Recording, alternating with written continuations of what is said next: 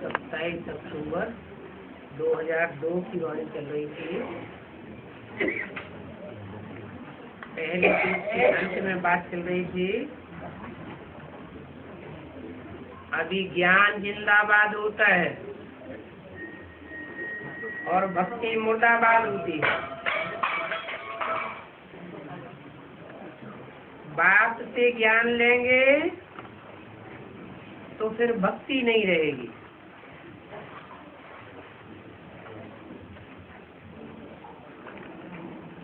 और मनुष्य गुरुओं से ज्ञान लेंगे तो फिर भक्ति चालू हो जाएगी। एक से होता है ज्ञान और अनेक मनुष्य गुरुओं से होता है भक्ति का कल। 27 अक्टूबर 2002 की वाणी का दूसरा अध्याय। तुम जानते हो रावण राज्य किसको कहा जाता है? किसको कहा जाता है? अनेकों के राज्य को, अनेकों की मत को रावण राज्य कहा जाता है और एक की मत पर चलने को राम राज्य कहा जाता है। राम राज्य और रावण राज्य को तुम जान गए हो। अभी तुमको सारी रोशनी मिली है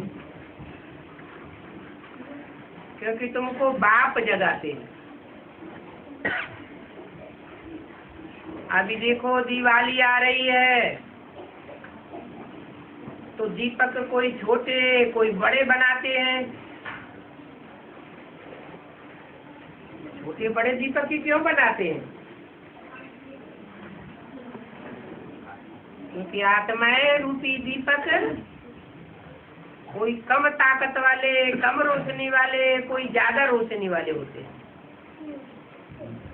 कोई कम पावर भरते हैं, कोई ज्यादा पावर भरते हैं। अब ये छोटे बड़े दीपक जग रहे हैं, इनको ज्ञान का घृत मिल रहा है।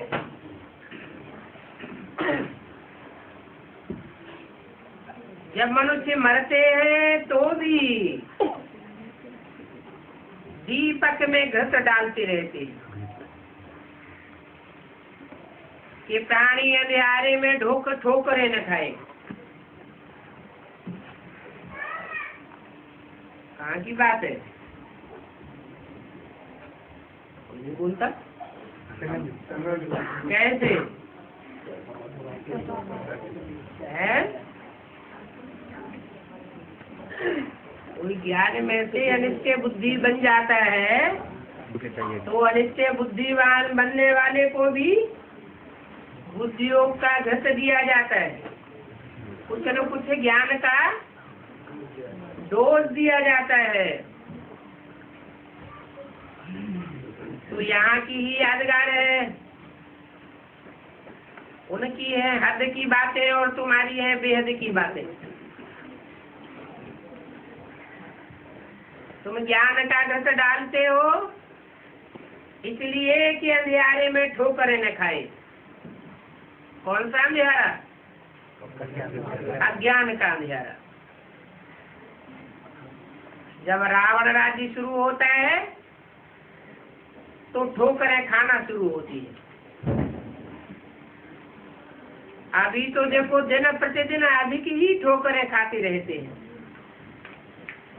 पहले एक की भक्ति करते थे, अभी तो मनुष्यों की तिवाटे की भक्ति करते रहते हैं। भक्ति की बहुत सामग्री है। जितनी वृक्ष की सामग्री है, बीज से कितना बड़ा वृक्ष निकलता है। भक्ति भी इतनी है। ज्ञान है बीज और भक्ति है विस्तार। ये सत्य तो अनादि अविनाशी है। इस सृष्टि का कभी विनाश नहीं होता है। कलयुगी तामसी सृष्टि खलास होती है, उससे पहले नई सत्युगी सतो प्रधान सृष्टि का फाउंडेशन लग जाता है। उन्होंने शास्त्रों में प्रलय दिखाई दिए। किन्होंने? भक्तों ने। क्योंकि भक्त तो बेचारे अंधियारे में रहते हैं, ज्ञान की रोशनी में आते नहीं, तो समझते सारी दुनिया ही खलास हो जाती है। अब ऐसे तो होता नहीं। ये सृष्टि चक्कर लगाती रहती है। बीज भी एक है और इस सृष्टि का झाड़ भी एक ही है। ऐसे नहीं कि मनुष्य सृष्टि आकाश में, पाताल में, सूर्य में, चांद में कोई दुनिया होती होगी। नहीं, कोई दूसरे जड़ ग्रह उपग्रह में कोई दुनिया नहीं है।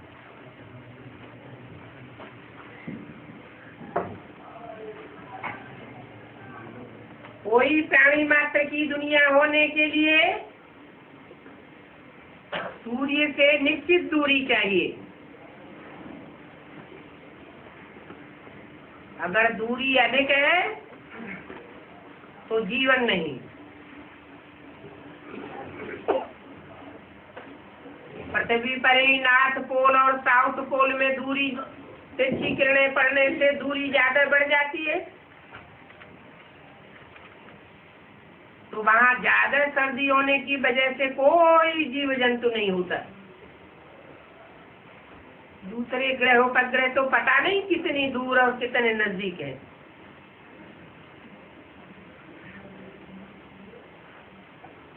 तो ये साइंस वाले चंद्रमा में जाकर के रहने की कोशिश करते हैं। वो समझते हैं हम बहुत बुद्धिमान हैं।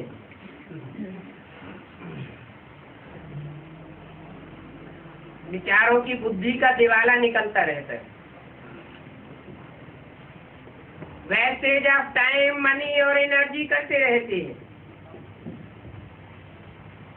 प्राप्ति कुछ भी नहीं। ये नहीं जानते हैं कि साइंस से सारी दुनिया का विनाश हो जाना है।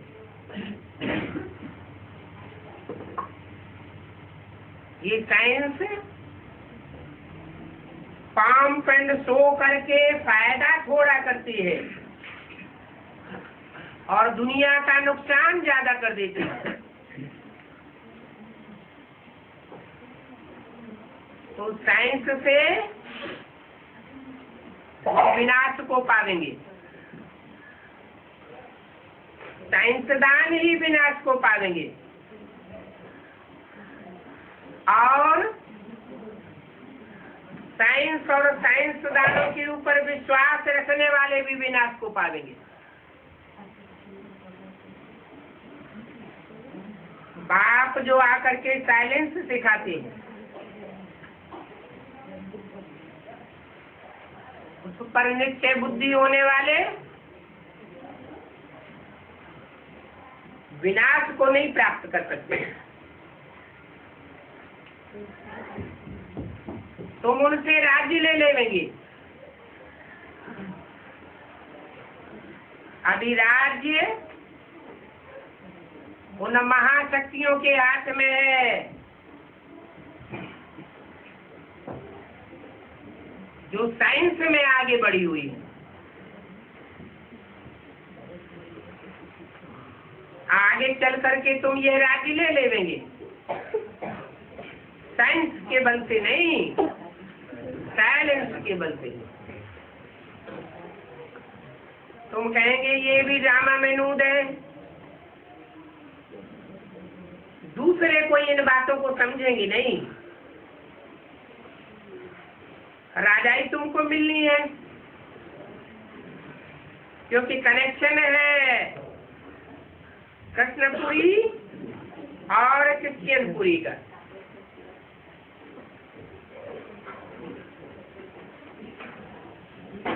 क्या कनेक्शन है? एक ही राशि, राशि एक है। राम और रावण की भी राशि एक है, कृष्ण और क्रिश्चियंस की भी राशि एक है। परंतु क्रिश्चियंस से तुम राज्य क्यों लेंगे? क्योंकि क्रिश्चियंस ने तुम्हारा राज्य छीना है। इन्होंने भारतवासियों को आपस में लड़ा करके कृष्णपुरी को क्रिश्चियनपुरी बनाया है।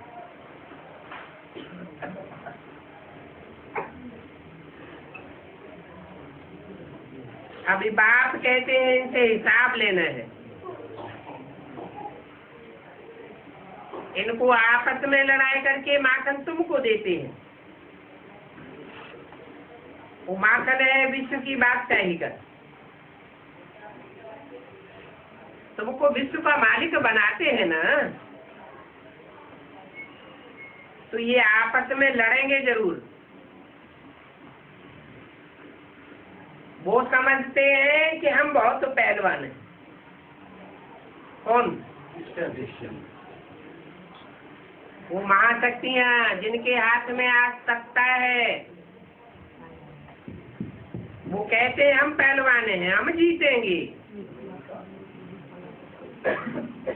विश्व पर विजय प्राप्त करेंगे। छोटे मोटे राज्यों को यूं ही हड़प करते जाते हैं।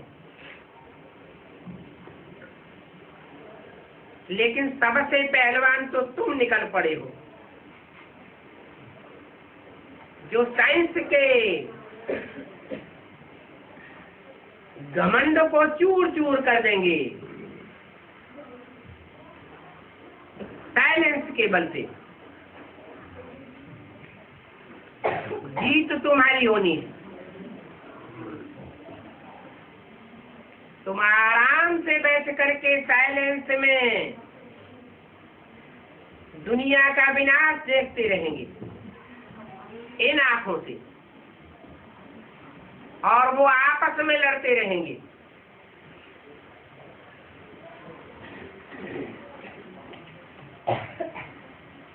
तुमको महावीर और महावीर नहीं कहा जाता है। बाप कहते हैं माया के तूफान तो आवेंगे,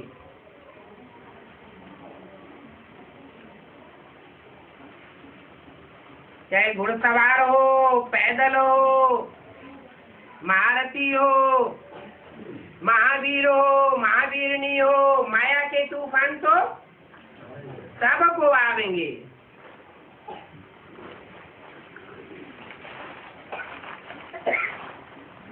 परंतु माया के तूफानों से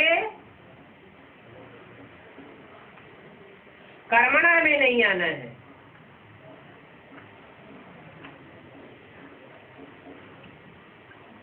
योग बल से तुम्हारी स्थापना हो रही है। अगर कर्मणा में आए तो कौन सा बल कहा जाएगा? बाहुबल कहा जाएगा।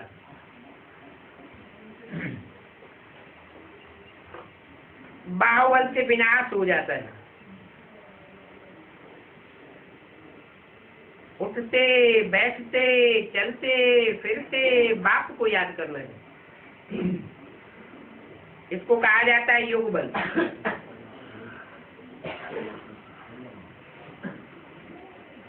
बड़ी ताकत है योग बल में। परंतु योग बल में तीखे कौन होंगे? योग बल में तीखे वो होंगे जो ज्ञानी तू आत्मा होंगे। इसलिए बोला ज्ञानी तू आत्मा मुझे विशेष प्रिय है। ज्ञान बल क्यों कहा जाता है?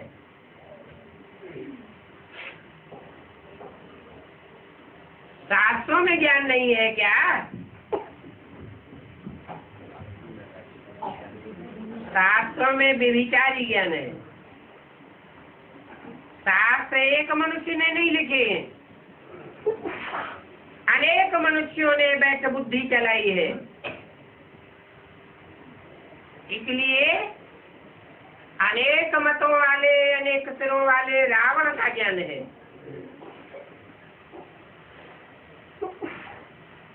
इसलिए शास्त्र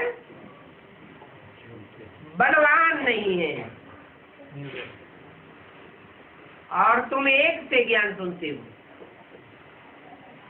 जो ऊंच से ऊंचे है, इसलिए तुम बलवान हो। उन शास्त्रों से कोई को मुक्ति, जीवन मुक्ति आज तक नहीं मिल पाई, मिल ही नहीं सकती। इसलिए उन शास्त्रों को ज्ञान नहीं कहा जाता, वो भक्ति के शास्त्र कहेंगे।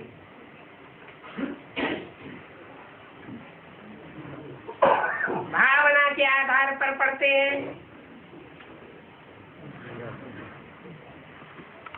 भावना के आधार पर सुनते हैं, और वो भावना भी अंधश्रद्धा, अंधविश्वास वाली। इसलिए उनको भक्ति के शास्त्र कहेंगे। ज्ञान का कोई शास्त्र नहीं होता है।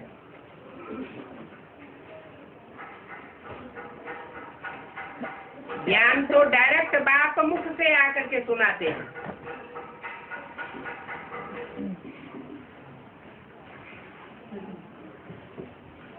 अभी जो भी राम के पुस्तक आदि बने हैं या जो भी शास्त्र आदि हैं, ये सब शास्त्र लड़ाई में खत्म हो जाएंगे।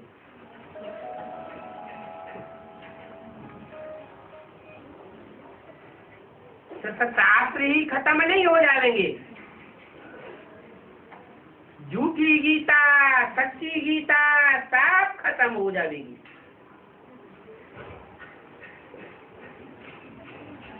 क्या रह जाएगा? क्योंकि सबको सदगति जिनको मिलनी है उनको ज्ञान से सदगति मिल जाती है, फिर ज्ञान की कोई दरकार नहीं रहती। सब कामनाएं पूरी हो जाती है। इच्छा मात्रम अविद्या बन जाते हो, कोई कामना नहीं रहती। अभी तुम 84 के चक्र को जान जाते हो,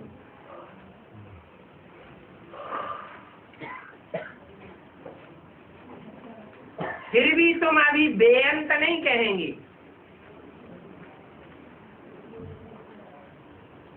बेअंत कहते हैं नास्तिक।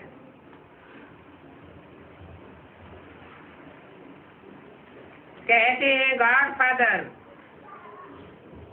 परंतु गॉड फादर के नाम, रूप, देश, काल,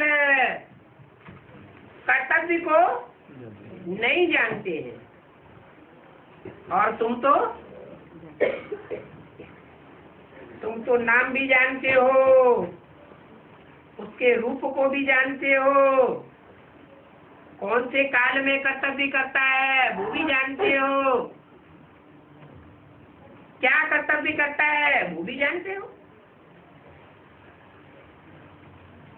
तुम होने के नई दुनिया की स्थापना, पतितों को पावन करने के कर्तव्य को अब जान गए।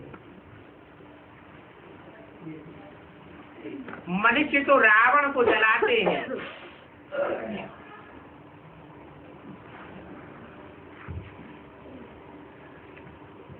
क्यों जलाते हैं वो भी कुछ पता नहीं। तुमको तो मालूम है, कोई जब बहुत दुख देते हैं तो उनका पुतला बना करके जलाते हैं।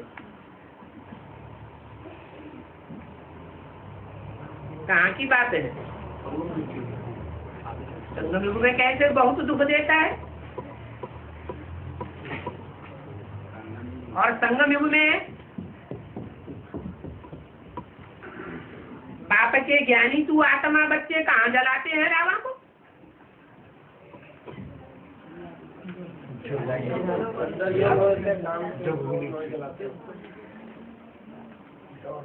नई नई ज्ञान की ऐसी युक्तियां निकलती हैं, ऐसे ऐसे पॉइंट निकलते हैं जिन्हें सुन करके रावण संप्रदाय के दिल का जी जलता है। तुम ऐसे रावण को जलाते हो।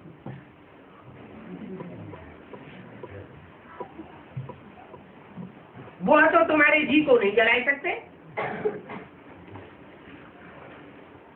जला सकते हैं क्या?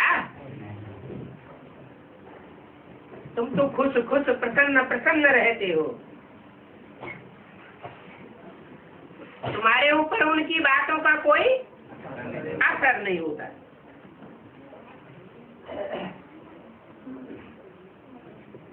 तुमको तो अब हंसी आती है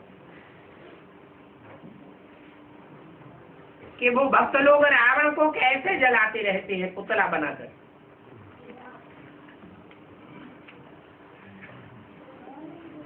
तुम भी जन्म जन्मांतर रावण को जलाते थे,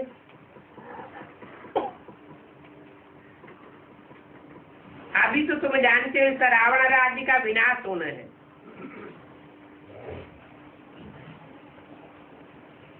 इसलिए भक्ति मार्ग में पहले रावण को जलाते हैं, फिर दीपावली मनाते हैं।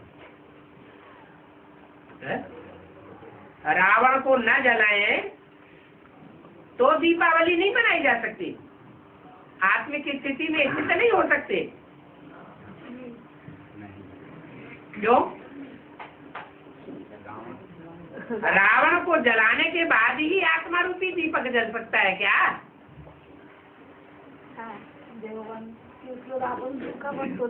रावण दीपक क्योंकि माया रावण बार बार हमको हिंड्रेंस पैदा करता है,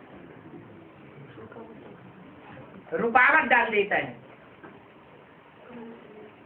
माया हमको उठकर खड़ा नहीं होने देती।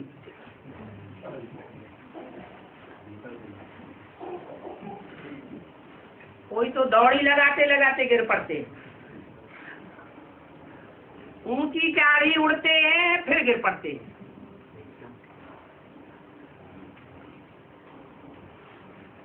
तो रावण संपूर्ण जल जाएगा,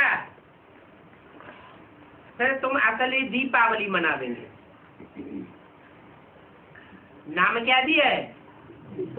दीपावली। अवली माना कतार, नंबरवार आत्मा रूपी दीपक जलते जाएंगे। जिसका जो नंबर प्रत्यक्ष होना होगा वो नंबर प्रत्यक्ष हो जाएगा।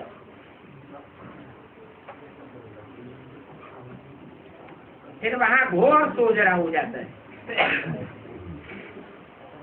कहाँ? नई दुनिया में घोर सोजरा, उसको राम राज्य कहते हैं।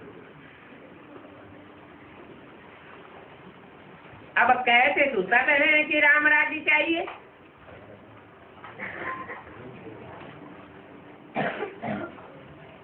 परंतु चाहना करने वाले राम राज्य को जानते ही नहीं कि राम का राज्य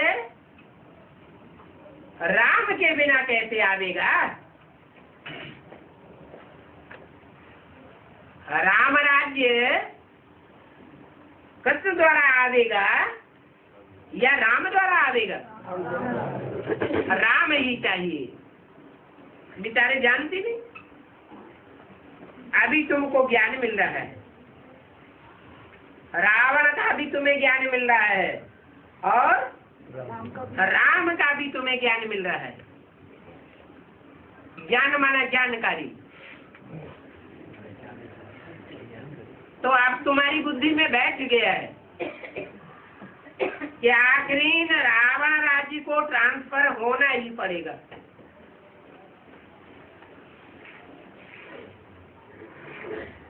कहाँ ट्रांसफर होना पड़ेगा? रावण राज्य को ट्रांसफर होना पड़ेगा राम राज्य में। उससे पहले तुम जाएंगे रुद्रमाला में। क्या? रावण राज्य ट्रांसफर होकर के राम राज्य में जाएगा, लेकिन कब? जब तुम पहले ट्रांसफर होकर के रुद्रमाला में जाओगे। 27 अक्टूबर 2002 की वाणी का 3रा पेज। तुम रुद्रमाला में जाएंगे और ये जो इस्लामी बौद्धियों की आत्माएं हैं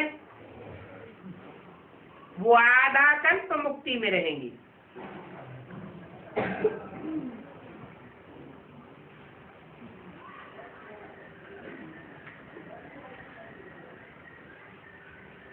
जो ठेठ है अपने धर्म की पक्की, वो तो आधा कल्प मुक्ति धाम में बैठेंगी। और जो कन्वर्ट होने वाले हैं ठेठ इस्लामी बौद्धि क्रिश्चियन नहीं है। इस्लामी बौद्धि क्रिश्चियन धर्म के पक्के नहीं है, कन्वर्ट होने वाले हैं। उनका क्या हाल होगा?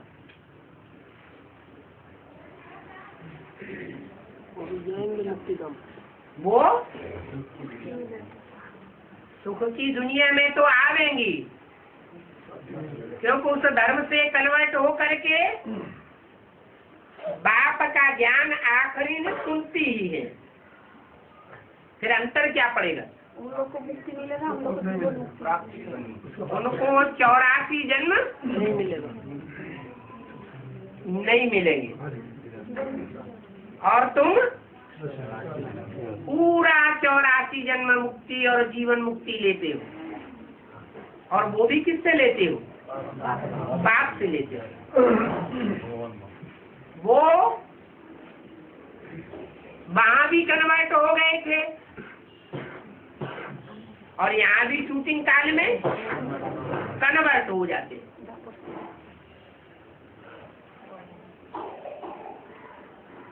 आधार मूर्त भी कन्वर्ट हो जाते हैं और बीज मूर्त भी कन्वर्ट हो जाते हैं। जैसे उनके लिए कहा जाता है वो है अपने अपने धर्म के पक्के, कभी कन्वर्ट नहीं होते। ऐसे ही तुम बच्चों में भी नंबरवार हैं। कोई ऐसे हैं जो 84 जन्मों में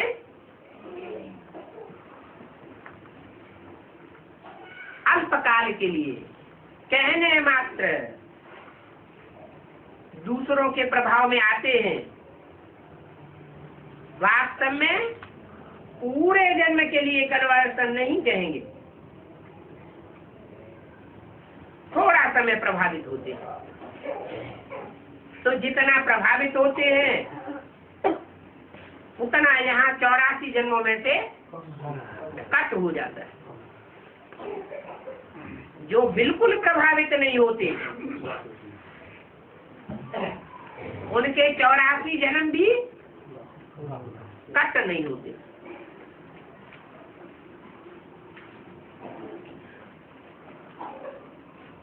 जब हमारी सत्य की प्रारब्ध पूरी होगी तब भक्ति शुरू होगी। ये सत्युग त्रेता की प्रारब्ध कहाँ बनाई? संगम युग में बनाई। और किसने बनाई? बाप ने हमारी प्रारब्ध बनवाई।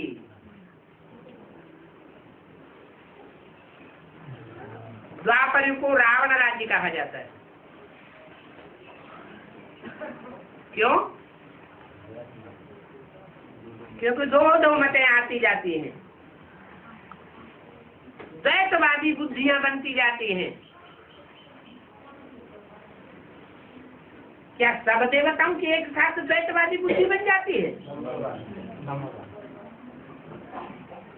जैसे जैसे यहाँ शूटिंग होती है वैसे वैसे वहाँ द्वैतवादी बुद्धि बनती जाती है।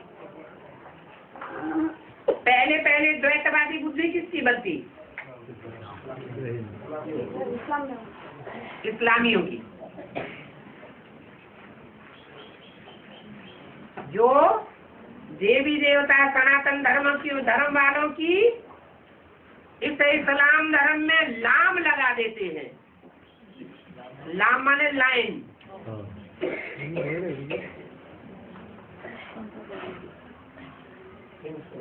ढेर के ढेर देवता धर्म की आत्माएं कन्वर्ट हो जाती हैं।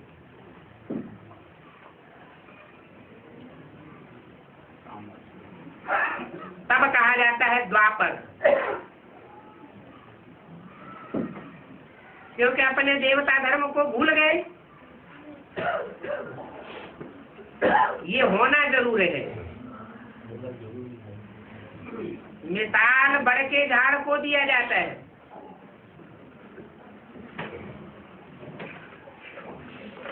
क्या मिसाल देते? बड़ के झाड़ में पहले पहले एक ही तना होता है, फिर बाद में नंबरवार दूसरे दूसरे जड़ जमा जाते, अलग तना बन जाते हैं। बच्चे जानते हैं कि आज सनातन देवी देवता धर्म का फाउंडेशन अभी प्रायः लोप हो चुका है और धर्मों का फाउंडेशन देखने में आता है। उनकी आधारभूत जड़ें देखने में आती हैं, लेकिन देवी देवता सनातन धर्म का फाउंडेशन प्रायः लोप हुआ पड़ा है। प्रायः लोप का मतलब पूरा लोप नहीं हुआ। खुदाई की जाए तो कहीं न कहीं नीचे थोड़ा थोड़ा मिलेगा।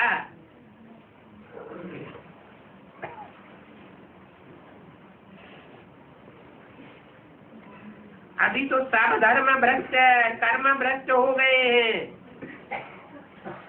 जब देवी देवता धर्म स्थापन हो तब ये सब धर्म विनाश को प्राप्त हो जाएंगे। कैसे भी है अनेक धर्मों का विनाश,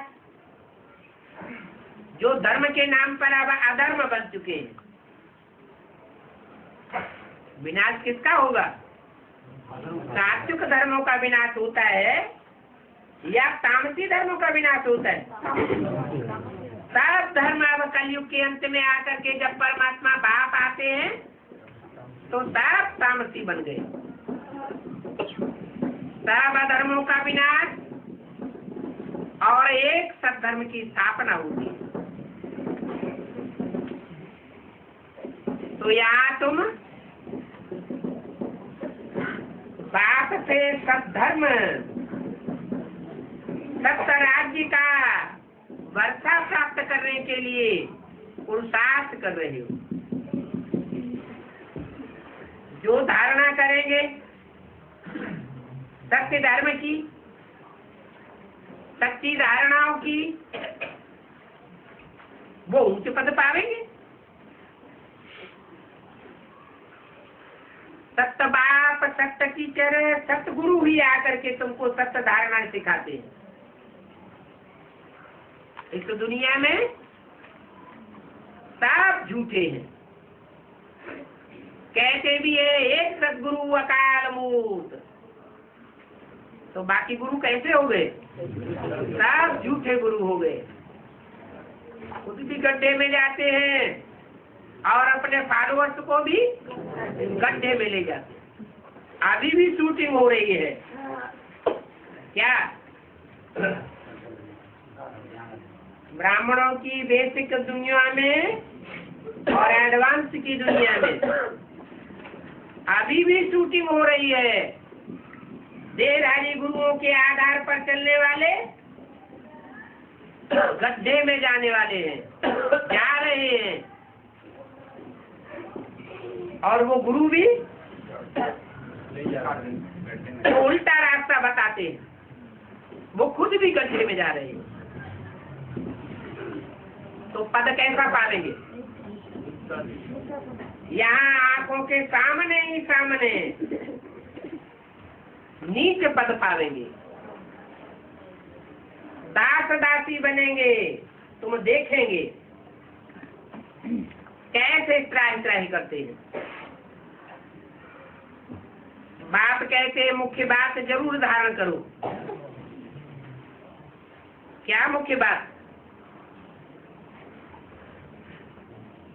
कि हमको कोई साकार मनुष्य नहीं पढ़ाता है। हमको पढ़ाने वाला कौन है? भगवान। हमको पढ़ाने वाला निराकार बाप है। निराकार बाप कैसे पढ़ाएगा? एक सेकंड में आकारी, एक सेकंड में साकारी, एक सेकंड में निराकारी। ऐसी स्टेज धारण करने में जो शिव समान स्टेज को प्राप्त करता है, जिसका नाम शिव के साथ जोड़ा जाता है, इस बात में निराकारी, निर्विकारी और निरहंकारी बनने में हम उस निराकार बाप से पढ़ाई पढ़ रहे हैं।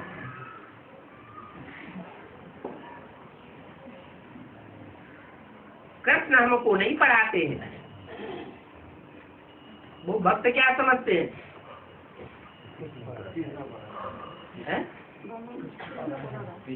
वो भक्त समझते हैं हमको पढ़ाई पढ़ाने वाला गीता का भगवान कृष्ण है, और तुम्हारी बुद्धि में क्या बैठा है कि गीता का भगवान साकार कृष्ण नहीं हो सकता,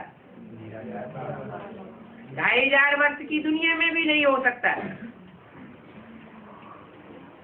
और अभी शूटिंग पीरियड में भी वो कृष्ण की आत्मा अंतिम जन्म दादा लेकर आज ब्रह्मा का धारण करती है, भले उसमें शिव की प्रवेशता होती है माँ का पार्ट बजाने के लिए, लेकिन वो गीता का भगवान नहीं है। उनको गीतापति भगवान नहीं कहेंगे। तुमको कृष्ण नहीं पढ़ाते, कृष्ण उर्फ ब्रह्मा का एक भी चित्र ऐसा नहीं है जो धर्म पिताओं की तरह निराकारी स्टेज वाला हो। सब धर्मों के अपने अपने झाड़ हैं, भले एक ही झाड़ से निकले, फिर उनके बीज भी है। हर धर्म का एक बीज है जिसको पिता कहा जाता है। इस्लाम धर्म का भी कोई प्रजापिता होगा, बौद्धिक क्रिश्चियन धर्म का भी कोई प्रजापिता होगा। वो बीज सब निराकारी स्टेज वाले होते हैं। कृष्ण का एक भी, दादा लेकर आज ब्रह्मा का एक भी फोटो ऐसा नहीं निकलेगा जो निराकारी स्टेज वाला हो। तुमने चित्र भी बनाया है, एक तरफ कृष्ण का चित्र और दूसरी तरफ शिव का चित्र बनाया है? तुमने चित्र बनाया है, एक तरफ कृष्ण का चित्र, लिखते हो ये कृष्ण गीता का भगवान नहीं है, और दूसरी तरफ शिव का चित्र बनाया है। हैदराबाद में बनाया है। हैदराबाद में बनाया है। हैदराबाद में बनाया है, यहाँ नहीं था, यहाँ भी था। प्रदर्शनी अंक सबके पास मौजूद है।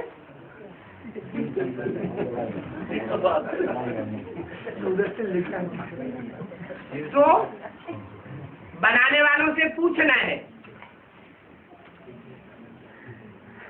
अब बताओ गीता का भगवान कौन?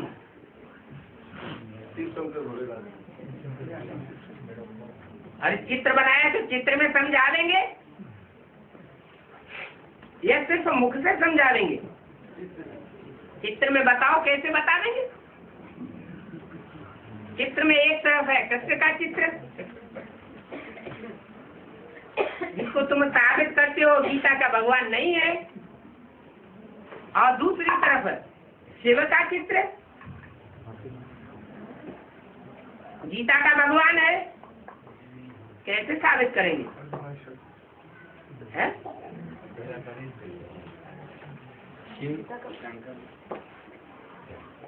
शिव का नाम है बिंदी, मेरी बिंदी का ही नाम शिव है, लिंग का नाम शिव नहीं है। तो ये लिंग किसकी यादगार है? तो साकार संधारी निराकारी स्टेज वाला बनता है तो उसको हाथ पांव नाक आंख कान कर्मेंद्रियां भोग करने वाली नहीं दिखाई है। देखते हुए नहीं देखना, सारी दुनिया के अवगुण देखता है फिर भी जैसे कि नहीं देखता है। सारी दुनिया को पतित से पावन बनाना ही है, सुनते हुए भी नहीं सुनता। सारी दुनिया ग्लानि करती है, फिर एक कान से सुनकर दूसरे कान से निकाल देना या ध्यान नहीं देना, जैसे कान होते हुए भी नहीं सुनना।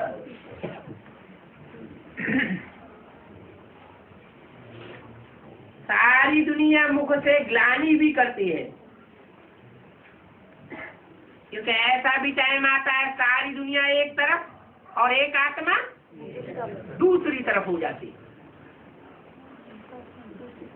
जो विशेष सहयोगी शक्तियां मानी जाती हैं, जगदम्बा और लक्ष्मी, वो भुजाएं भी असुरों के द्वारा काट ली जाती हैं, उनको भी अपने पक्ष में ले लेते हैं।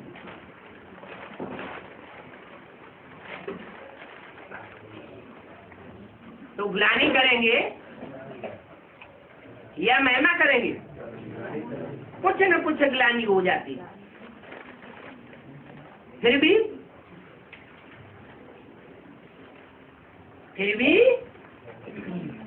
अंदर में ये भाव पक्का रहता है, ये ग्लानि, ये गालियां कोई चिपक नहीं जाती हैं। चिपक जाती हैं क्या? सब जानते हैं कि कोई गाली देता है तो गाली चिपक तो नहीं जाती है, अटैच हो जाना। फिर क्रोध क्यों आता है? अभी भी तो देवभान है तो क्रोध आता है, जो है ही बिंदी रूप, तो क्रोध आने का कोई सवाल ही पैदा नहीं आता होता। अगर कोई बच्चे ये अनुभव भी करते हैं कि क्रोध आया, तो शंकर का वो क्रोध है नहीं, शंकर का वो क्रोध है, कैसा क्रोध गाया हुआ है? आशुतोष। थोड़े समय के लिए क्रोध आता है और फिर शांत हो जाता है। आखिर ये हैं तो मेरे ही बच्चे। सारी मनुष्य सृष्टि किसके बच्चे हैं? एक बाप के बच्चे हैं। जैसे आत्मा सब ज्योति बिंदु शिव के बच्चे हैं। दो ही तो बेहद के बाप है, एक है आत्माओं का बाप और दूसरा मनुष्य सृष्टि का बाप। तो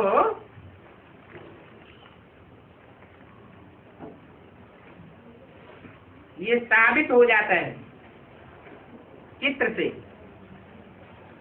क्या साबित हो जाता है?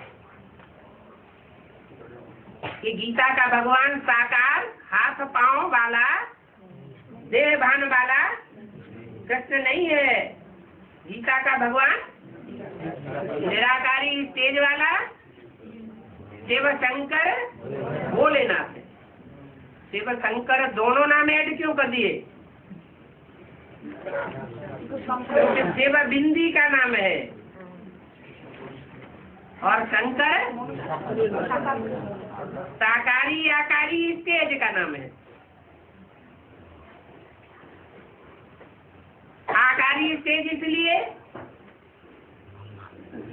कि उसमें कृष्ण की सोल प्रवेश होकर के कार्य करती है। साकारी इसलिए कि राम वाली आत्मा अति तमो प्रधान बनी हुई है। जैसे ब्रह्मा के लिए गायन है, एक सेकंड में ब्रह्मा तो विष्णु बन जाता है, ऐसे ही राम वाली आत्मा भी बौद्धिक रूप से कहो, प्रैक्टिकल एक्ट के रूप में कहो, नंबरवार ही कहेंगे। पहले बुद्धि में बात आती है या पहले प्रैक्टिकल एक्ट में आती है? पहले बुद्धि में आती है। तो बुद्धि के आधार पर निराकारी स्टेज कब से कहेंगे? जब प्रैक्टिकल में धारण करेंगे। नहीं, 76 से। और प्रैक्टिकल एक्ट कब होगी?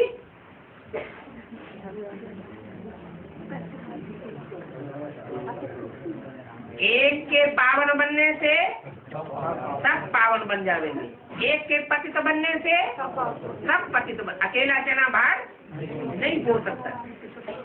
ये प्रवृत्ति मार्ग का खेल है। दो ही आत्माएं हैं मूल रूप में हीरो हीरोइन का पार्ट बजाने वाली।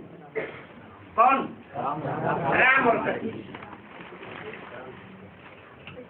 वो दोनों के बगैर कार्य संपन्न नहीं हो सकता।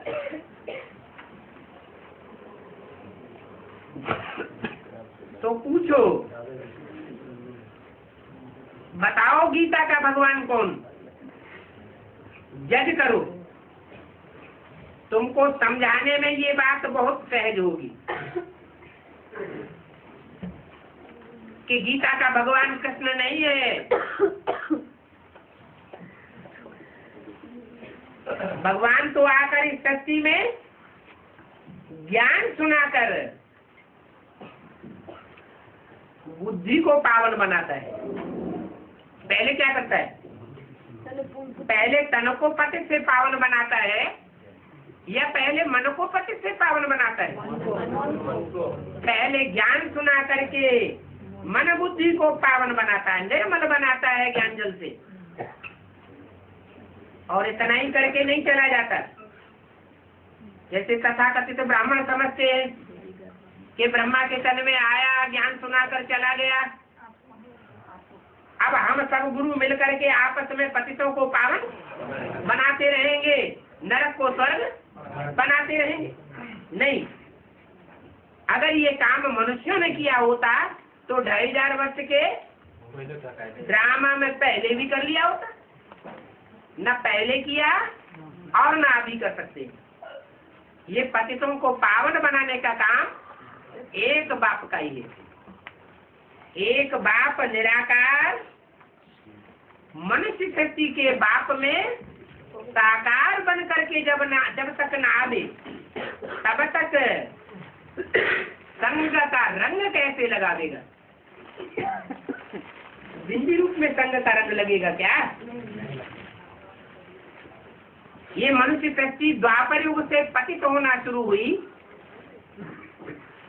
तो क्या बिंदी आत्माओं के संग के रंग से नीचे गिरी? ऊपर से बिंदी आत्माएं दूसरे दूसरे धर्म की आत्माओं में प्रवेश करती गई और उनके संग के रंग में आकर हम पतित बनते थे। अभी भी यही प्रक्रिया है। अंतर सिर्फ ये है, पतित बनाने वाले अनेक और पावन बनाने वाला एक।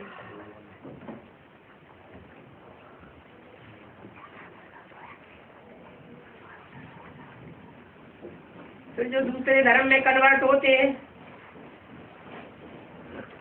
वो यहाँ भी उल्टा ज्ञान सुनाते हैं। दूसरे दूसरे धर्मों का जिनके ऊपर छिलका चढ़ता है वो क्या करते हैं? उल्टा ज्ञान सुना। वो एडवांस में आने के बावजूद भी उल्टा ज्ञान सुनाते हैं। उल्टा ज्ञान सुना करके कन्याओं माताओं को जो सीधी सादी बुद्धि वाली होती है उनको बरगलाते, आओ हम तुमको राजयोग सिखावे। राजयोग के नाम पर बाहुबल ठोकने लग पड़ते हैं। फिर पता चलता है इनको, बोली वाली कन्याओं माताओं को भी पता चल जाता है कि ये बाहुबली है, हठ योगी है, ये राजयोग सिखाने वाले परमात्मा नहीं। फिर क्या होता है? एक बार दो बार प्रभाव में आ गए तो कन्वर्सन तो हो गया ना। प्रभावित माना प्रजा। एक बार प्रभावित हुए तो प्रजा बन गई और 10 बार प्रभावित हुए तो भी प्रजा बन गई। प्रजा पाने की शूटिंग हो जाती है।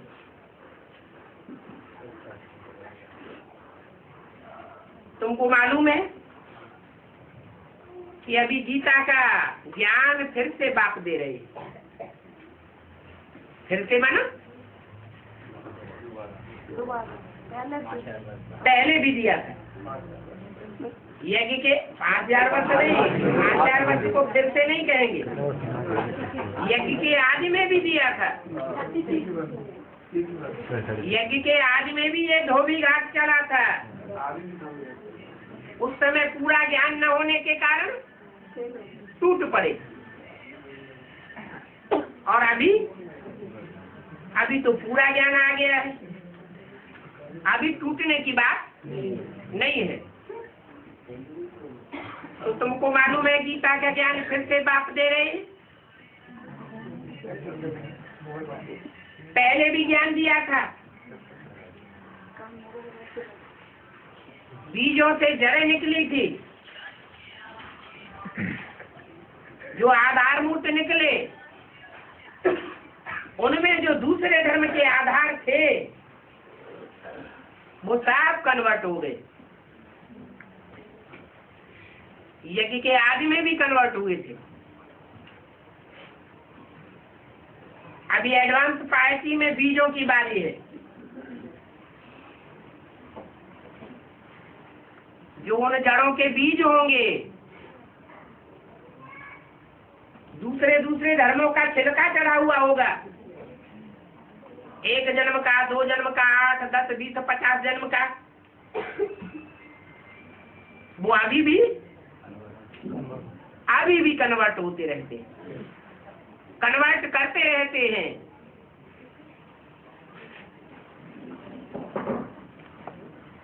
बाप से बुद्धि योग नहीं लगाते। जो फैसला देना होगा सीधा फैसला दे देंगे। कोई बात अगर बुद्धि में आती है तो क्या करना चाहिए? बाप से वेरीफाई तो करा लेना चाहिए। लेकिन देवान के कारण, स्वार्थ के कारण, रथरूपी दुम्ब है ना, तो स्वार्थ में आकर पहले अपनी स्वार्थ लिप्तता पूरी करते हैं, बाद में फिर विचार करते हैं कि अरे हमने ये गलत कर दिया।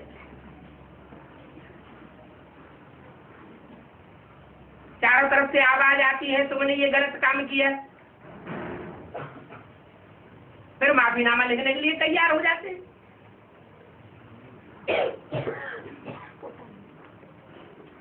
अब जो गिरावट आ गई, अपने में गिरावट आ जाए तो भी कोई बड़ी बात नहीं, लेकिन दूसरी आत्माओं को, जो ढेर की ढेर आत्माओं को नीचे गिराया,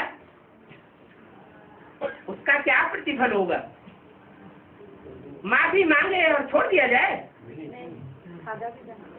इसलिए बोला क्या सजा मिलती है?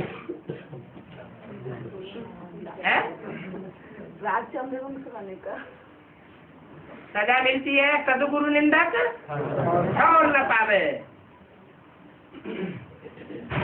जो मुक्ति, जीवन मुक्ति की ठौर बनती है, तुम बच्चे साकार में परम धाम को नीचे उतार लेंगे, उस ठौर में उनको जगह नहीं मिलती है, या नंबरवार जगह मिलती है। क्योंकि बीजों को कंप्लीट तो होना ही है।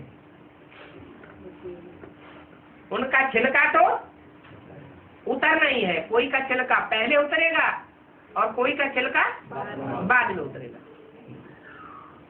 जिन्होंने 2500 वर्ष पहले ही अपने अंदर छिलका चढ़ा लिया और धर्मों का, उनका छिलका ज्यादा मजबूत हुआ, या जिनके ऊपर लाख जन्मों में आकर के छिलका चढ़ा वो ज्यादा मजबूत होगा?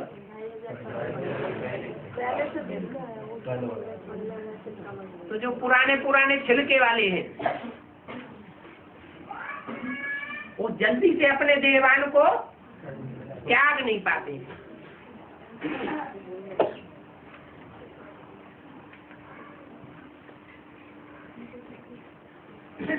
गीत में भी है, गीता का ज्ञान फिर से सुनाना पड़ेगा। गीत तो तुमने नहीं बनाए हैं, बनाने वाले तो मनुष्य ही है, परंतु बनाने वाले मनुष्य उन गीतों के अर्थों को नहीं जानते। कहते हैं गीता के भगवान ने ज्ञान घोड़े गाड़ी में बैठ करके दिया।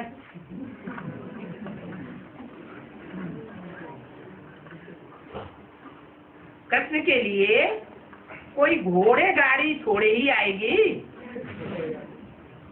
अगर कृष्ण होता तो उनके लिए अच्छे से अच्छी गाड़ी आवेगी या घोड़ों की गाड़ी आवेगी।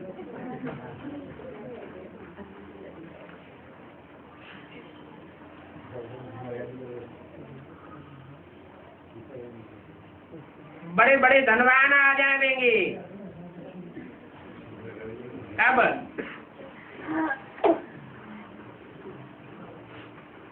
जब कृष्ण की आत्मा सात्विक बन जाएगी। क्या? कृष्ण की आत्मा जब सात्विक बनेगी तो क्या होगा? बड़े बड़े धनवान भी उनकी बुद्धि में भी बैठ जाएगा। जिनकी सवारी लक्ष्मी बनाती है। लक्ष्मी किसके ऊपर सवारी करती है? उल्लुओं के ऊपर सवारी करती है। हाँ। उनकी बुद्धि दुनिया में नीचे की ओर लगी हुई है, नीचे की दुनिया की ओर, और तुम्हारी बुद्धि ऊपर की ओर लगी हुई है। यहाँ तो देखो,